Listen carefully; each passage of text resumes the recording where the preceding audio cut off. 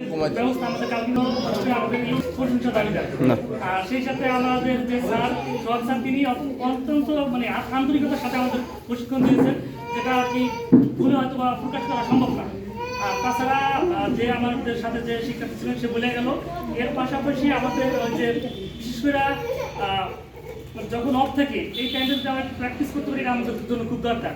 দেখা গেছে যে ধরে গেলে আমার মাউস ধরতেই অনেক হিমশিম খেতে হইতো, সেই ক্ষেত্রে স্যার যেটা শিখাইছে, বিশেষ করে দেশে বা বাহিরেও যে কোনো সেক্টরে জব করতে গেলে বেসিক যে ধারণাটা আমরা এখান থেকে নিতে পারছি।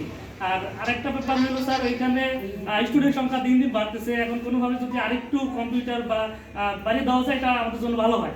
তাহলে আশেপাশে অনেকে আসছে, যেমন স্যার এইবারে অনেক স্টুডেন্ট হয়েছে যে তাদের ভাইবে নিয়ে তারপর সিলেক্ট করা লাগছে, প্রায় 40-50 জন মতো হয়ে যাবে। তো সেই ক্ষেত্রে এটা একটু দেখতে ভালো হয়।